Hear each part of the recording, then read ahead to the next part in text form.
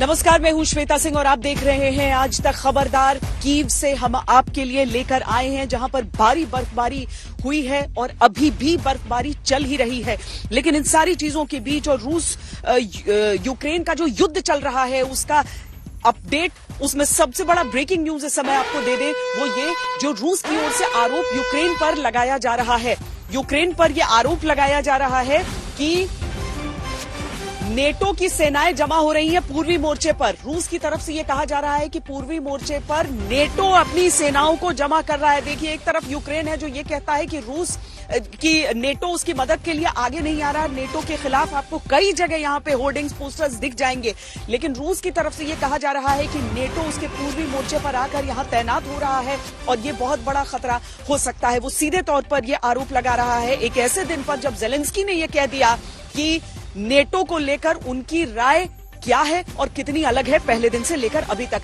चलिए, हम पूरे खबरदार के दौरान आपको पूरा अपडेट देंगे, अपने अलग अलग संवाददाताओं से बातचीत भी करेंगे। लेकिन इस समय आपको दिखाते हैं कि कीव शहर की घेराबंदी किस तरीके से हो रही है, कितना नजदीक यहां पर रूस की सेनाएं पहुंच चुकी हैं और अब खतरे की घंटी बज रही है।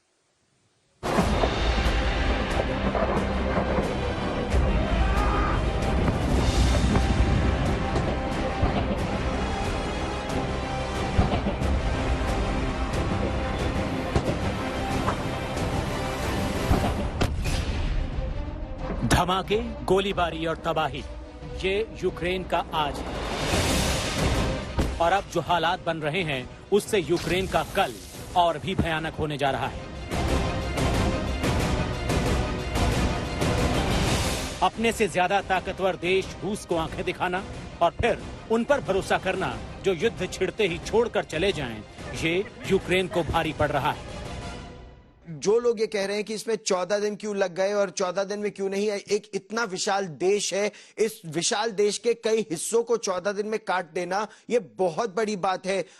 रूस को जो कुछ प्रॉब्लम्स हुई हैं वो उनके कॉन्वॉय मैनेजमेंट में हुई है, कॉन्वॉय मूवमेंट में हुई है। कुछ जो उन्होंने कुछ और जो प्लान किया था वो रेजिस्टेंस संभवतः उन्होंने नहीं सोचा था कि इतना स्ट्रांग रेजिस्टेंस आएगा। और ये स्ट्रांग रेजिस्टेंस यहां के अपने लोग कह रहे हैं कि अगर ये रेजिस्टेंस हमने 2014 में दिखा दिया होता तो क्रीमिया हमारे हाथ से नहीं गया होता।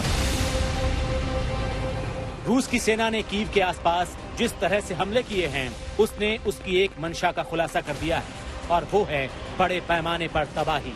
और इस तबाही की आंच कीव तक पहुंचने लगी। हम चूंकि कीव के अलग अलग इलाकों में, राजेश पवार मुझे अपने सामने ही नजर आ रहे हैं। राजेश, लगातार इतने दिनों से आप रिपोर्टिंग कर रहे हैं यहाँ पर और देखिए कि आज कैमरे के सामने ही पहली बार मुलाकात मुझे आपसे हो गई है। यूक्रेन में इतने दिनों से हर एक एरियाज आप होकर आए हैं। कीव शहर की जो चीज मैं आपसे उस समय पूछ रही थी, बार बार सायरन्स बजते हैं, हम ये भी समझते हैं कि इसी इलाके में वो आवाज आ सकती है। इरपिन वाले इलाके में तो बस गोलों की ही आवाज आ जाती है।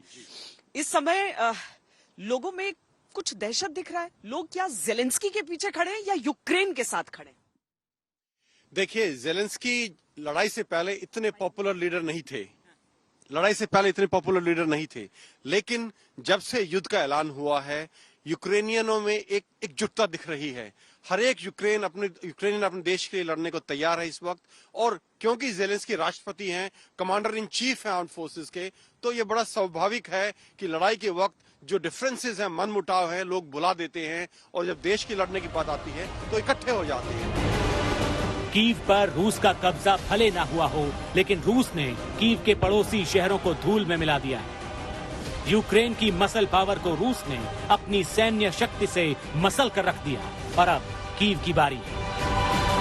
कीव शहर के मध्य इलाके में इस समय खड़े हैं जहां पर हमेशा यह अलर्ट रहता है कि किसी भी तरह के हवाई हमले हो सकते हैं और सब सतर्क रहें। लेकिन यह भी समझिए कि यह इकलौता इलाका है जहां पर एयर रेड सायरन्स चलते हैं। बाकी इलाकों में इस तरह की चेतावनी भी नहीं रहती है और हमले हो सकते हैं। इरपिन शहर की हम बात कर रहे हैं जो बिल्कुल कीव से सटा हुआ है, जहां पर धमाधम बस गोले बरसते रहते हैं। जमीन से जवाब भी दिया जाता है। लेकिन ये देखिए, एक बार फिर आप एयर रेड का सायरन इस समय सुन रहे हैं। एयर रेड का ये जो सायरन है इसका सीधा मतलब है कि ये पूरा कीव शहर इस समय किसी भी तरह के हवाई हमले की जद में आ सकता है। ये हवाई हमले के सायरन्स जो इस समय सुनाई दे रहे हैं कीव शहर में, ये सीधा सीधा संकेत हो जाता है कि एयर रेड यहां हो सकता है।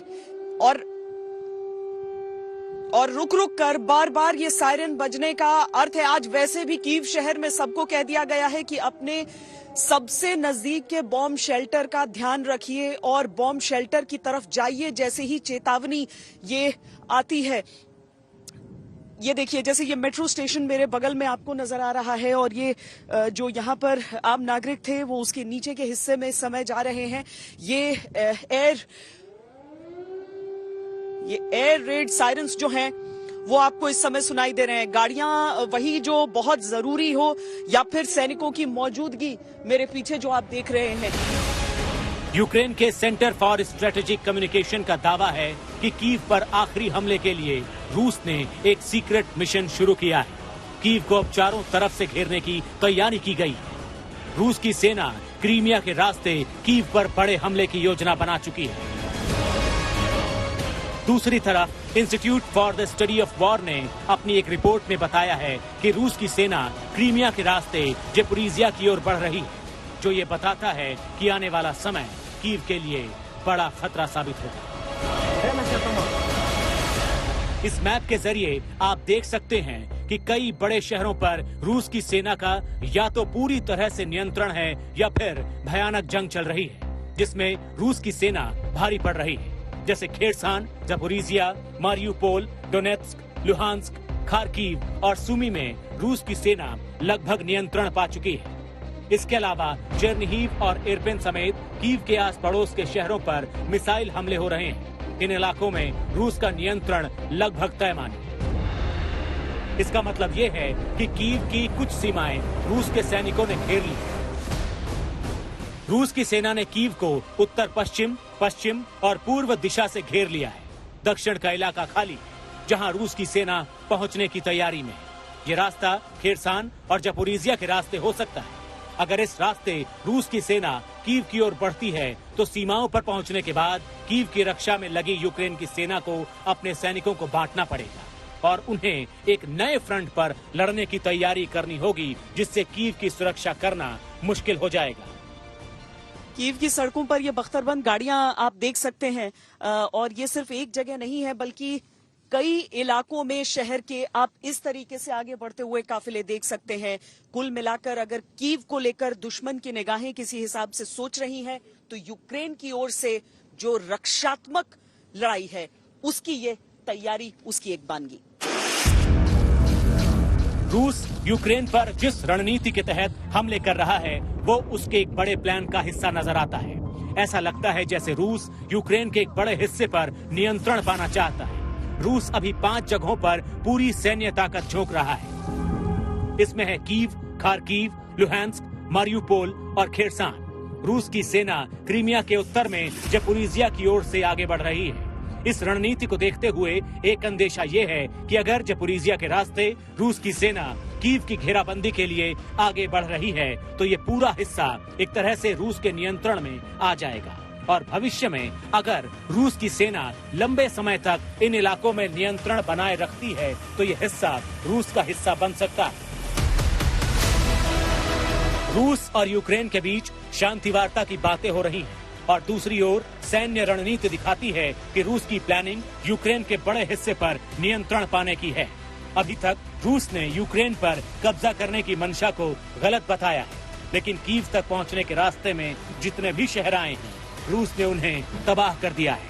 अब ज़पोरिज़िया के रास्ते अगर रूस की सेना कीव जा रही है तो रास्ते में पड़ने वाले शहरों पर भी खतरा है और धीरे धीरे ये शहर भी रूस के नियंत्रण में आते जाएंगे, ऐसा भी अंदेशा है।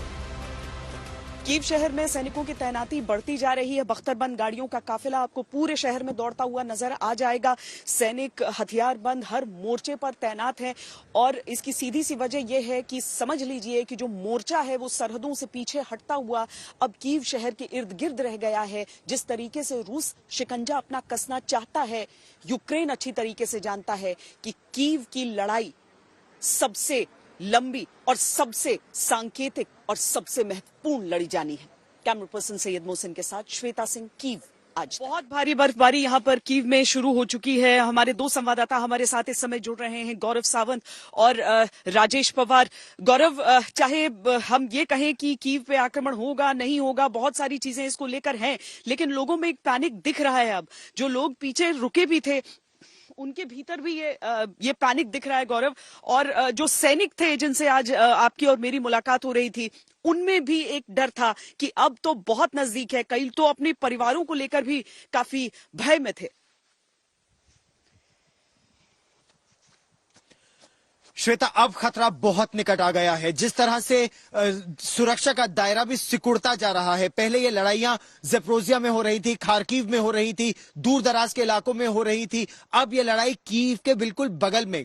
कल परसों तक आप और मैं बूचा से रिपोर्ट कर रहे थे, इरपिन से रिपोर्ट कर रहे थे, लेकिन अब टैंक और बख्तरबंद गाड़ियां और एयर डिफेंस सिस्टम और एंटी एयरक्राफ्ट गन्स राजधानी कीव के अंदर आ रही है। राजधानी कीव के सुरक्षा के घेरे को भी एक तरह से नए तरीके से सेट किया जा रहा है। ये क्या दर्शाता है कि खतरा अब बेहद निकट आ गया है राजधानी कीव के। जिन अधिकारियों से, चाहे वो स्पेशल फोर्सेस के हो, चाहे वो मिलिशिया के हो या वो सिविल डिफेंस के हो, जिनसे हमारी बात हुई, अब वो जानते थे कि अब एक निर्णायक लड़ाई की ओर ये सब बढ़ रहा है। और इसीलिए अगर आप देखिए तो जिस तरह के डिफेंसेस अब कीव के चारों ओर लगाए गए हैं, ये हर तरह से रूसी सैनिकों को रोकने की बात है। दूसरी बात, जो स्पेशल फोर्सेस के अधिकारी से हमारी बात हुई थी, उसने कहा कि रूस के कुछ कमांडो दस्ते तो शहर के अंदर दाखिल हो गए हैं और वो पीछे से वार करने की तैयारी में है। यानी खतरा अब शहर के अंदर आ गया है। इसीलिए परिवारों को लेकर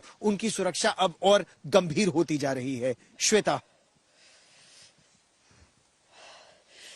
देखिए, चिंताएं जो बढ़ रही हैं। अब ये बर्फबारी देखिए, ये कहने के लिए आपको तस्वीरों में खूबसूरत दिख सकता है, लेकिन इनकी चुनौतियां कितनी होती हैं वो भी समझिए। एक शहर जो अपनी घेराबंदी के लिए इस समय चिंतित खड़ा है, राजेश, उस शहर में उसके कुछ हिस्सों में जिस तरीके से आज मौसम बदलता रहा है, जिस तरीके से लोग ये सोच रहे हैं कि उनके पास जो जरूरत की चीजें हैं वो तक कैसे मुहैया होंगी।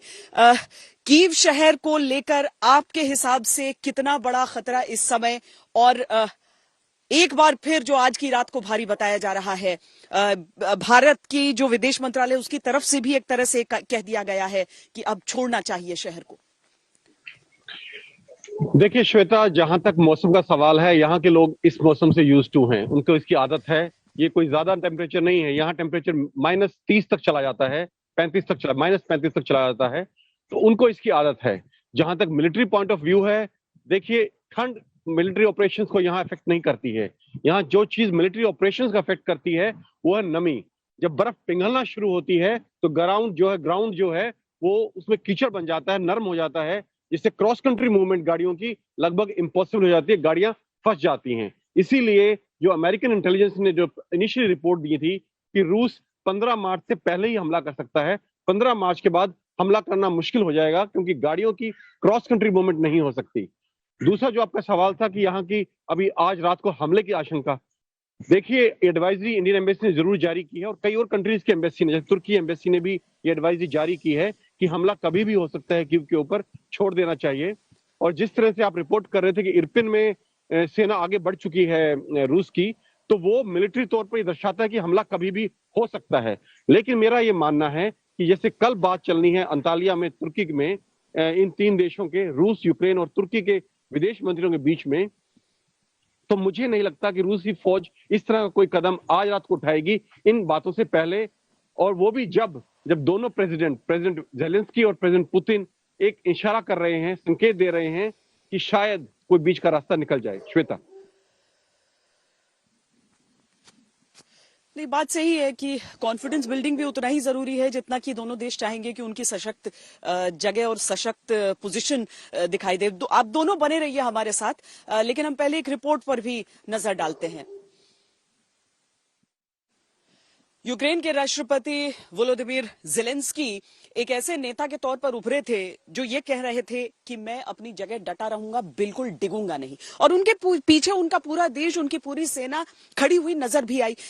आज की तारीख में अगर ज़ेलेंस्की का एक सॉफ्ट अवतार नजर आता है, अगर उनकी तरफ से ये कहा जाता है कि जो नेटो है उसको लेकर वो अपना बयान थोड़ा सा सॉफ्ट कर देते हैं, अगर पूर्वी यूक्रेन के उन हिस्सों को लेकर वो अपने बयान को सॉफ्ट कर देते हैं जिसको लेकर रूस हमेशा से अड़ा रहा, तो इसके मायने क्या हैं? और क्या इससे हम ये भी समझें कि जब बातचीत की मेज पर अगली दफा दोनों देश आमने सामने बैठेंगे तो ये जो अवतार है ज़ेलेंस्की का, वो कोई ऐसा रंग दिखाएगा जिससे ये जंग थम पाए?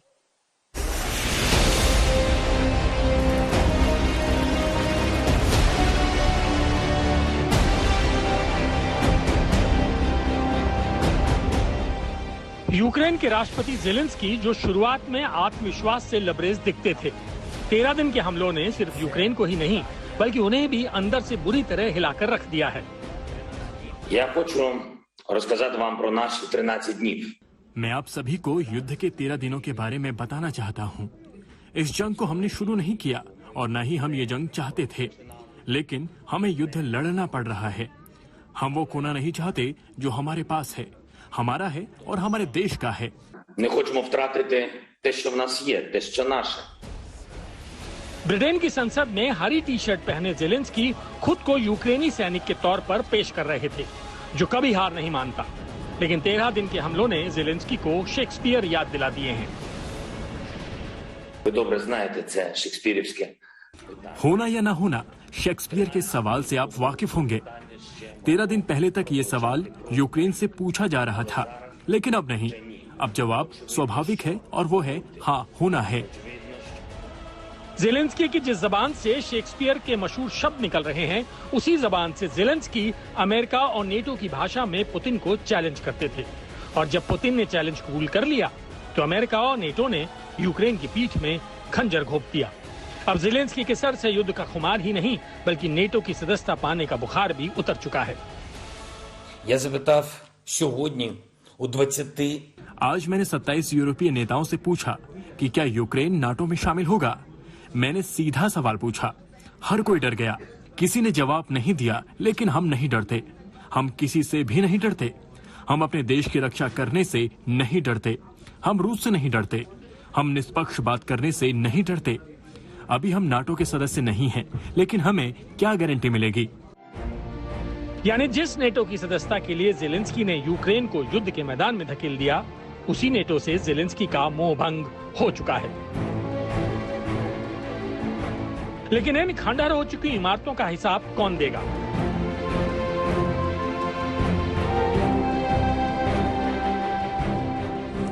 सैकड़ों यूक्रेनी नागरिकों की मौत, हजारों नागरिकों के जख्म, देश छोड़ने को मजबूर लाखों लोगों के आंसुओं का जवाब कौन देगा?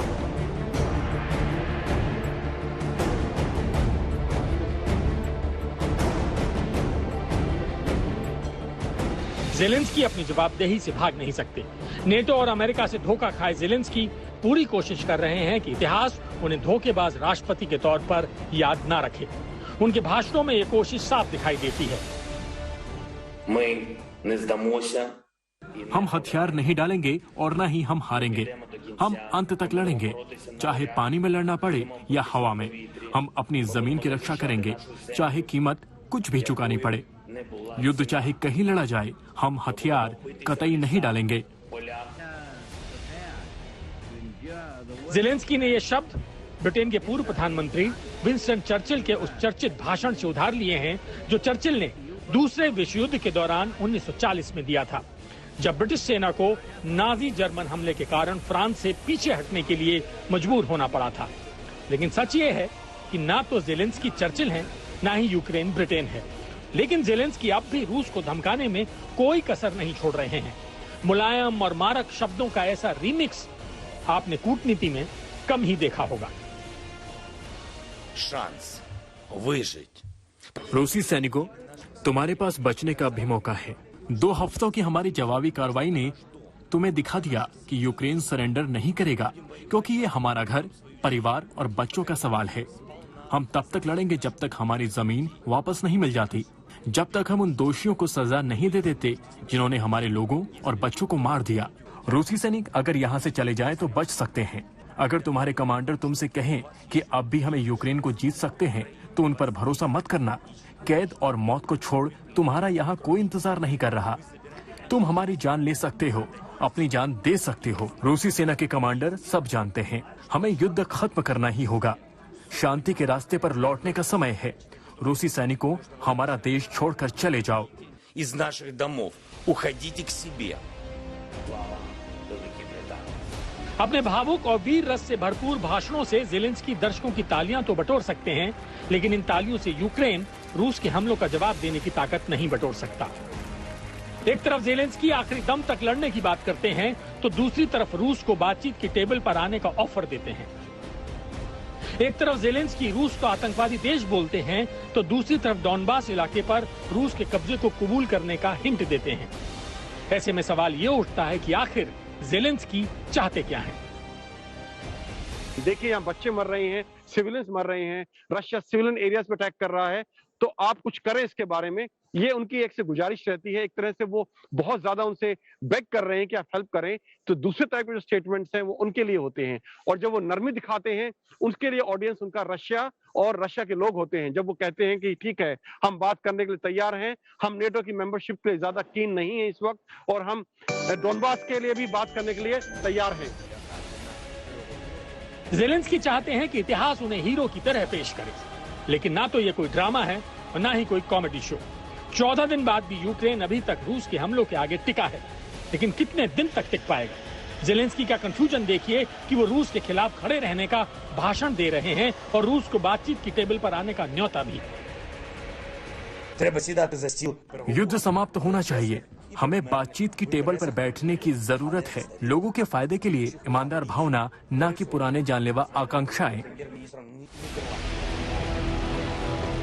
अब ज़ेलेंस्की के सामने दो ही विकल्प हैं, या तो यूक्रेन सरेंडर कर दे, लेकिन यह हार कबूल करने जैसा होगा। दूसरा विकल्प यह है कि ज़ेलेंस्की सीधे पुतिन से बात करें और कूटनीतिक तरीके से सीज फायर की कोशिश की जाए। अब गेंद ज़ेलेंस्की के पाले में है, क्योंकि जिस तरह नेटो और अमेरिका ने यूक्रेन को अकेला छोड़ दिया है, उसके बाद खुद ज़ेलेंस्की भी समझ चुके हैं कि जब तक तोड़ेगा नहीं रूस, तब तक यूक्रेन को छोड़ेगा नहीं। लगातार यूक्रेन जहाज मांग रहा है, मिलिट्री एयरक्राफ्ट मांग रहा है नेटो से, और कई दिन से ये चीज अटकी पड़ी है कि पोलैंड यूक्रेन को मिग-29 देगा नहीं देगा। फाइनली उसके ऊपर भी उन्होंने मना कर दिया है कि वो शायद यूक्रेन को नहीं मिलेंगे। तो ये दो बड़े कारण हैं जिनसे ज़ेलेंस्की को ये समझ में आ गया है कि वो उनको कुछ खास मदद बाहर से मिलने वाली नहीं है, और जिस तरह से रूसी फौज आगे बढ़ रही है पूर्व में और दक्षिण में और कीव के किनारे पे, उन्हें लगता है कि उन्हें बचाने के लिए भी कोई नहीं आएगा और वो बहुत अकेला महसूस कर रहे हैं। और यही कारण है कि उन्होंने इंडिकेशंस दिए हैं, ना सिर्फ इस बात के ऊपर कि वो नेटो का मेंबर नहीं बनने के लिए तैयार हैं, बल्कि इस बात के ऊपर भी शायद वो क्रीमिया और डोनबास को रूस का एक हिस्सा मानने के लिए तैयार हो जाएं, और यही कल तुर्की में एजेंडे पे होगा। कीव से राजेश पवार के साथ श्वेता सिंह, यूक्रेन आज तक। तो एक बार फिर ज़ेलेंस्की ने पूरी दुनिया से, पश्चिमी देशों से खासकर और नेटो से ये अपील की है कि नो फ्लाई जोन, यूक्रेन के ऊपर के आसमान को नो फ्लाई जोन घोषित किया जाए, नो फ्लाई जोन घोषित किया जाए, क्योंकि जिस तरीके से आराम से उड़ान भरते हैं रूस के विमान यहां पर, और हमेशा एक खतरा बना रहता है कि क्या बमबारी रूस की तरफ से हो जाएगी, क्या अहम शहर जैसे कीव जैसे शहर पर क्या बमबारी रूस की तरफ से हो सकती है। उससे पहले राष्ट्रपति ज़ेलेंस्की की ये अपील पश्चिमी देशों से कि जल्दी से जल्दी नो फ्लाई जोन इसे घोषित किया जाए। गौरव सावंत और राजेश पवार हमारे साथ जुड़े हुए हैं। गौरव, नो फ्लाई जोन घोषित होने से सीधे तौर पर क्या फर्क? अगर नो फ्लाई जोन घोषित होता है तो अगर रूस के विमान यहां पर आते हैं तो उन पर वार किया जा सकता है, लेकिन प्रश्न यहां ये उठता है कि वो वार कौन करेगा? क्या नॉर्थ अटलांटिक ट्रीटी ऑर्गेनाइजेशन के देश रूस के लड़ाकू विमान, उनके जो अत्याधुनिक Su-35 air superiority fighters, air dominance fighters है, Su-30 लड़ाकू विमान है, क्या उन पर वार करने की क्षमता रखते हैं या ऐसा करेंगे? क्या वो सीधे सीधे युद्ध में शामिल होना चाहेंगे? बिल्कुल नहीं। ये बार बार जिस तरह से यूक्रेन कह रहा है कि नो फ्लाई जोन डिक्लेयर करो, नो फ्लाई जोन डिक्लेयर तो कर सकते हैं, इन्फोर्स कौन करेगा? मतलब आपको ये आदेश दे और उस आदेश का पालन नहीं करवाने की आप शक्ति या क्षमता नहीं रखते, तो ऐसे आदेश का फायदा क्या? पहली बात। दूसरी बात, अगर इस तरह का आदेश वो देते हैं और उस पर कार्यान्वयन होता है, तो ये तो मत पता चल जाएगा कि एक बहुत बड़ा महायुद्ध क्या या नेटो देश चाहते हैं, क्या अमेरिका चाहता है, क्या यूरोप के बाकी देश चाहते हैं? नहीं चाहते हैं। इसीलिए पोलैंड ने भी वो क्या MiG-29 लड़ाकू विमान दिए यूक्रेन को? सीधे सीधे नहीं दिए। उन्होंने कहा हम जर्मनी की एयरफील्ड पर रख देंगे, जर्मनी से यूक्रेन उठा के वहां से ले जा सकता है, लेकिन उसके लिए अमेरिका हमको उतने ही मॉडर्न MiG-29 की जगह F-16 या और लड़ाकू विमान दे। क्या अमेरिका ऐसा करेगा? अमेरिका ने साफ इनकार कर दिया कि हम ऐसा नहीं करेंगे, इस पर और चर्चा की आवश्यकता है। तो जबानी जमा खर्च तो काफी हो रहा है। यूक्रेन को अब पता चल गया है कि वो अलग थलग पड़ता जा रहा है। उसे डिफेंसिव वेपन्स तो मिल रहे हैं, ऑफेंसिव वेपन्स अब नहीं मिल रहे हैं, और इसीलिए संभवतः यूक्रेन के राष्ट्रपति ज़ेलेंस्की ने यह कहा कि मैं घुटने के बल अब नहीं जाऊंगा नेटो में शामिल होने के लिए, और वो भी अब तरह से अब एक पीस पाइप को स्मोक करने का प्रयास कर रहे हैं, शांति पहल में हिस्सा लेने की बात कर रहे हैं। जी, पर राजेश, इश्तिहार भी ऐसे पूरे शहर में नजर आते हैं कि नेटो नो फ्लाई जोन घोषित करने का यही समय है। सीधे तौर पर नो फ्लाई जोन घोषित होने से यूक्रेन किस फायदे की उम्मीद कर रहा है?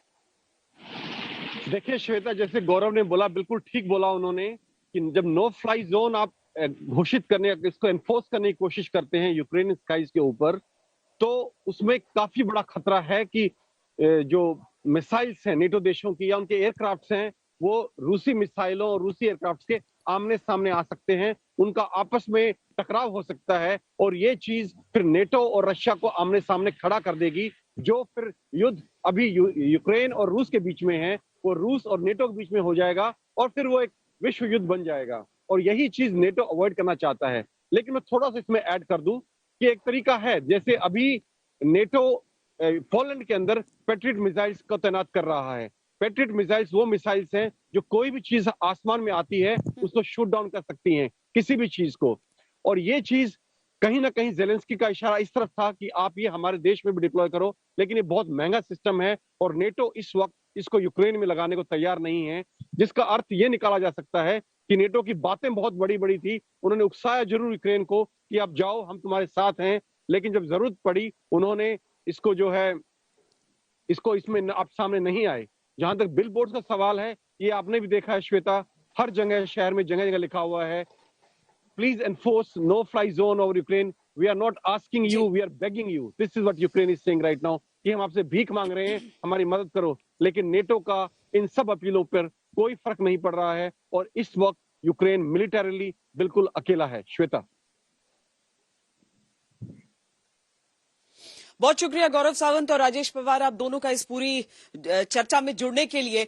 दरअसल जब युद्ध होता है तो केवल गोला बारूद हथियारों से मुकाबला नहीं होता है, मुकाबला प्रतिबंधों से भी होता है, जो कि पश्चिमी देशों ने, खासकर अमेरिका ने रूस पर लगाकर दिखाया है, और रूस की नाराजगी भी इस पर नजर आती है। हालांकि प्रभाव नहीं पड़ा, वो युद्ध के अपने प्लान के साथ आगे बढ़ता रहा, आक्रमण करता रहा, लेकिन रूस ने भी कहा कि आर्थिक परमाणु बम की तरह।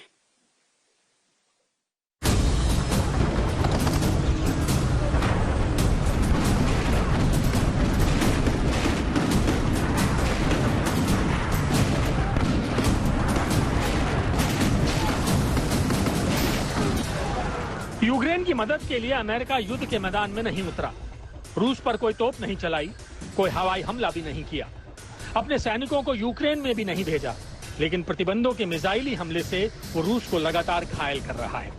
प्रतिबंध वाले इस हमले में ना तो धमाका होता है, न कोई इमारत गिरती है, लेकिन अर्थव्यवस्था धराशायी हो जाती है, और यही रूस के साथ हो रहा है।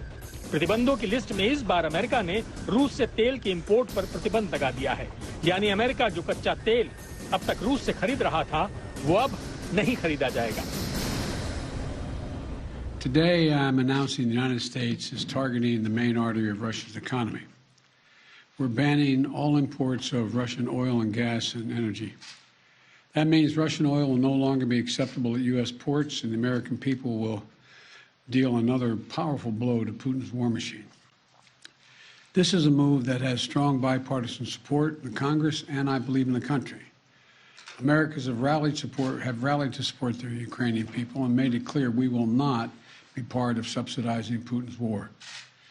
We made this decision in close consultation with our allies and our partners around the world, particularly in Europe, because a united response to Putin's aggression has been my overriding focus to keep all NATO and all of the EU and our allies totally united. America अपनी जरूरत का करीब 8 से 10% तेल रूस से आयात करता है, जो कि रोजाना के हिसाब से करीब 6,72,000 बैरल होता था। आपको बता दें कि एक अमेरिकी बैरल में करीब 119 लीटर तेल होता है। हालांकि अमेरिका ने पिछले कुछ महीनों में लगातार रूस से पेट्रोलियम पदार्थ का आयात को कम किया है। अमेरिका के प्रतिबंधों के बाद माना जा रहा है कि क्रूड के दामों में और इजाफा होगा, लेकिन इसके बावजूद रूस पर प्रतिबंधों का दौर जारी है। अमेरिका के बाद ब्रिटेन ने भी रूस पर बैन लगाने का ऐलान कर दिया। ब्रिटेन ने साल के अंत तक रूसी तेल के आयात पर रोक लगाने का फैसला कर लिया है। अमेरिका और ब्रिटेन के प्रतिबंधों पर रूस ने भी पलटवार किया है। रूस ने धमकी दी कि वो यूरोप को गैस की सप्लाई रोक देगा। इसके अलावा रूस चाहे तो कच्चे तेल की कीमतें $300 तक पहुंचा सकता है। रूस के deputy prime minister Alexander Novak ने कहा है कि ये पूरी तरह से साफ है कि अगर रूसी तेल को रिजेक्ट किया गया तो ग्लोबल मार्केट पर इसके भयानक दुष्परिणाम होंगे। क्रूड ऑयल की कीमतों में ऐसी तेजी आएगी जिसका अनुमान नहीं लगाया जा सकता। रूस के तेवर से साफ है कि वो पीछे हटने वाला नहीं है, ना तो युद्ध के मैदान में और ना ही इंटरनेशनल बाजार में। लेकिन महंगाई के संकट का सामना कर रहे अमेरिका के लिए ये फैसला बहुत घातक सिद्ध होने वाला है, क्योंकि अमेरिका पहले ही 40 साल की सबसे अधिक महंगाई से जूझ रहा है और पेट्रोल की कीमतें 14 साल में सबसे ज्यादा हैं। लेकिन इसके बाद भी अमेरिका रूस से तेल न खरीदने का ऐलान कर चुका है। We are enforcing the most significant package of economic sanctions in history, and it's causing significant damage to Russia's economy.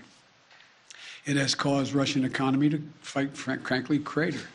The Russian ruble is now down to 50%, by 50% since Putin's announced his war, and preventing Russia's central bank from propping up the ruble and to keep its value up. They're not going to be able to do that now. We cut Russia's largest banks from the international financial system, and it's crippled their ability to do business with the rest of the world.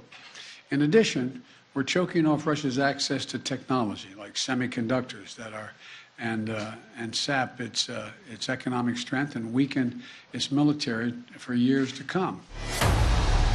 America के रुख को देखते हुए रूस में कई कंपनियां अपने उत्पाद और सेवाएं बंद कर चुकी हैं। यूक्रेन के समर्थन में एप्पल कंपनी ने अपने हार्डवेयर प्रोडक्ट्स की बिक्री पर रोक लगा दी है। इसके अलावा अमेरिका की दिग्गज motor bike company Harley Davidson ने रूस में अपना बिजनेस और सप्लाई रोक दी है। रूस में बिजनेस रोकने वाली कंपनियों में गूगल, माइक्रोसॉफ्ट, वॉल्वो, मर्सिडीज के अलावा मैकडोनल्ड, पेप्सी, कोक और स्टारबक्स जैसे बड़े नाम भी जुड़ गए हैं। मैकडोनल्ड ने रूस में अपने रेस्टोरेंट बंद करने का ऐलान किया है। युद्ध के मैदान में रूस अपनी शक्ति का परिचय पूरी दुनिया को दे चुका है, लेकिन अब तेल की कीमतों में आग लगाकर दुनिया भर के देशों की अर्थव्यवस्था को हिला सकता है। रूस दुनिया का तीसरा सबसे बड़ा तेल उत्पादक देश है, जो रोजाना 80 लाख बैरल तेल का उत्पादन करता है। रूस दुनिया के 80 देशों में कच्चे तेल की सप्लाई करता है, जिसमें तेल की 25% खपत यूरोप और 15% चीन और 2% भारत करता है। अगर रूस ने इंटरनेशनल सप्लाई पर रोक लगाई तो दुनिया भर की अर्थव्यवस्था पर संकट पैदा होना तय है। हालांकि कच्चे तेल के लगातार बढ़ते दामों में इस संकट की आहट सुनाई दे रही है। ब्यूरो रिपोर्ट, आज तक।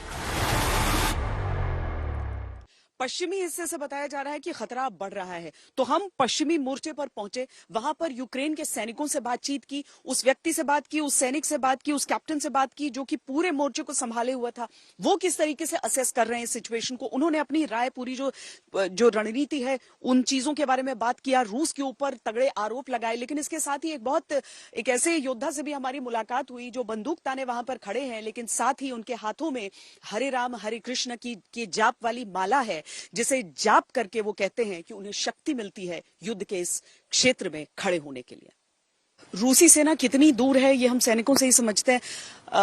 Sir, all of you have been standing guard for your country for almost 2 weeks now.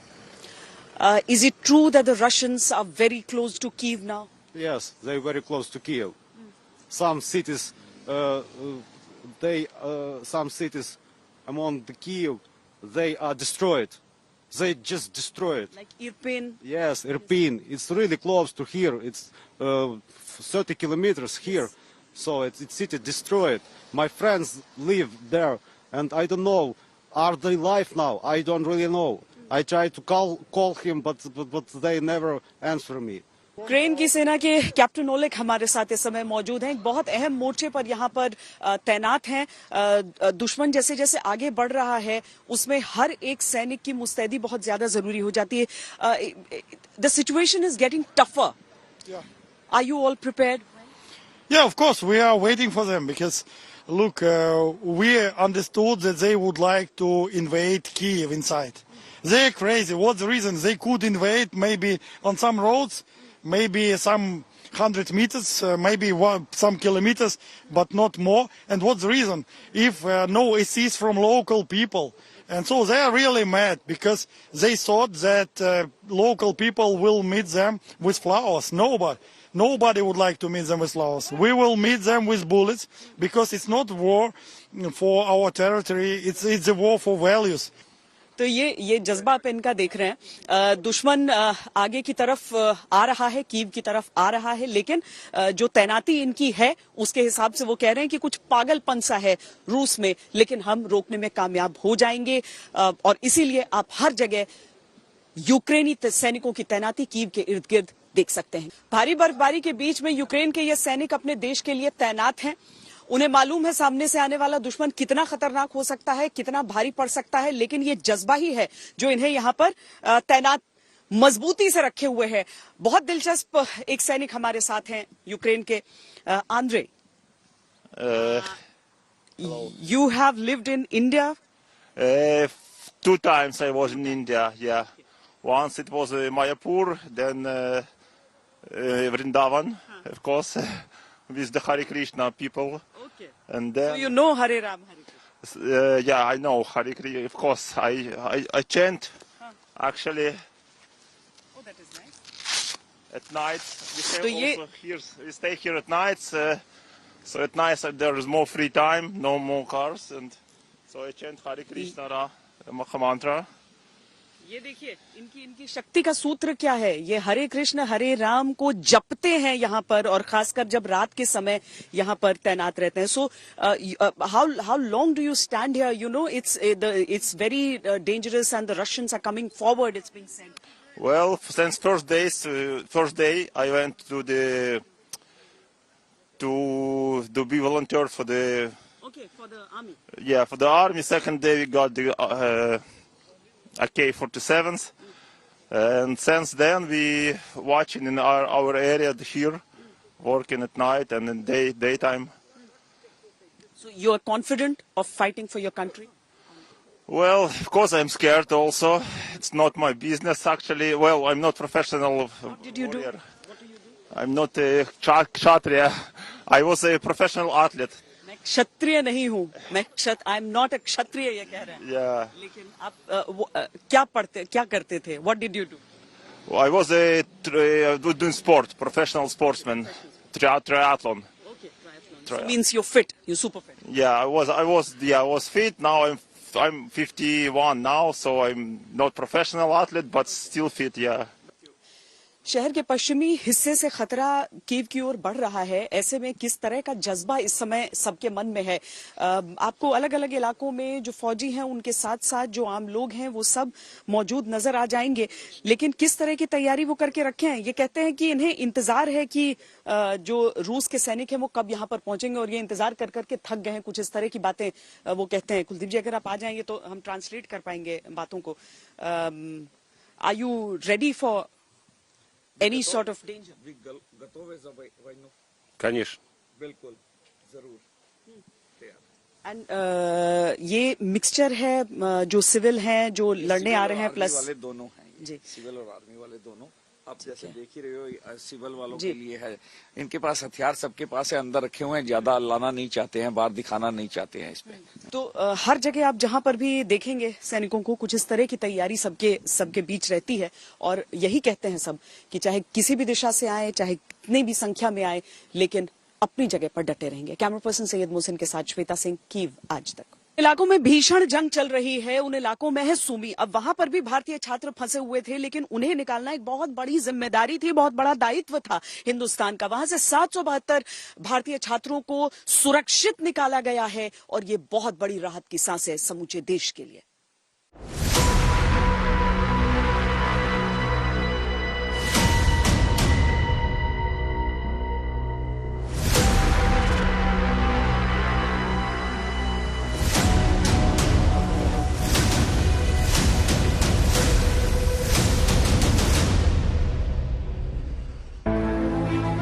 Bharat के लिए ये चैन की सांस लेने जैसा है। यूक्रेन में फंसे 700 भारतीय छात्रों का आखिरी बैच मंगलवार को यूक्रेन के सूमी शहर से लवीव पहुंच चुका था, जहां से इन भारतीय छात्रों को स्पेशल ट्रेन के जरिए लवीव से पोलैंड बॉर्डर पहुंचाया गया है। अब भारत सरकार पोलैंड से इन छात्रों को लाने के लिए तैयार है। प्रधानमंत्री नरेंद्र मोदी जी ने इस विषय को बड़े ही गंभीरता से खुद लिया। मुझे याद आता है लगभग 8 हाई लेवल मीटिंग्स जो माननीय प्रधानमंत्री जी ने की इस विषय में, और हर मीटिंग में अंत में ये जरूर कहते थे कि एक एक की चिंता करनी है, सबको वापस लाना है। पिछले 48 घंटे में सूमी से भारतीय छात्रों को निकालने की कई कोशिशें नाकाम भी रही थी, क्योंकि सूमी में रूसी सेना के हमले रुक नहीं रहे हैं। सोमवार को भारतीय छात्रों को सूमी से 12 बसों में पोलोत्वा पहुंचाया गया। सूमी शहर से 175 किलोमीटर दूर पोलोत्वा शहर युद्ध से कम प्रभावित है। पोलोत्वा से छात्रों को स्पेशल ट्रेन से लवीव पहुंचाया गया और लवीव से फिर 1200 किलोमीटर की यात्रा करके छात्र पोलैंड बॉर्डर पहुंचे। अब भारत सरकार की भेजी फ्लाइट से ये छात्र गुरुवार को वापस लौटेंगे। सूमी में फंसे भारतीय छात्रों को सुरक्षित निकालने के लिए प्रधानमंत्री नरेंद्र मोदी ने 7 मार्च को रूस के राष्ट्रपति व्लादिमीर पुतिन और यूक्रेन के राष्ट्रपति जेलेंस्की से बात की थी। 20,000 से अधिक जो भारत के नागरिक, अधिकांश उसमें विद्यार्थी जो यूक्रेन में फंसे थे, उनको मात्र 3 हफ्ते के अंदर भारत में लौटा लेना, ये हम सभी भारत के नागरिकों के लिए बहुत गर्व की बात है। और एक और उदाहरण है कैसे प्रधानमंत्री नरेंद्र मोदी जी ने भारत की एक साख पूरे विश्व में जो बनाई है, उसका लाभ भारत को लगातार मिलता जा रहा है। भारत ने न सिर्फ भारतीय बल्कि कई अन्य देशों के नागरिकों को भी युद्धग्रस्त इलाकों से रेस्क्यू किया है, जिसमें पाकिस्तान की एक छात्रा अस्मा शफीक भी शामिल है, जिन्होंने भारत को शुक्रिया कहा है। I'm very thankful to the embassy of Indian Embassy of Kyiv for supporting us all the way here, as we were stuck in very difficult situations, and also thanking the Prime Minister of India, and thank you so much for supporting us, and hope we get home safely because of the Indian Embassy. विदेश मंत्रालय के मुताबिक Ukraine से 22,000 भारतीय बाहर निकाले जा चुके हैं। 8 मार्च तक ऑपरेशन गंगा के जरिए 18,000 भारतीयों को स्वदेश लाया जा चुका है। आज तक ब्यूरो।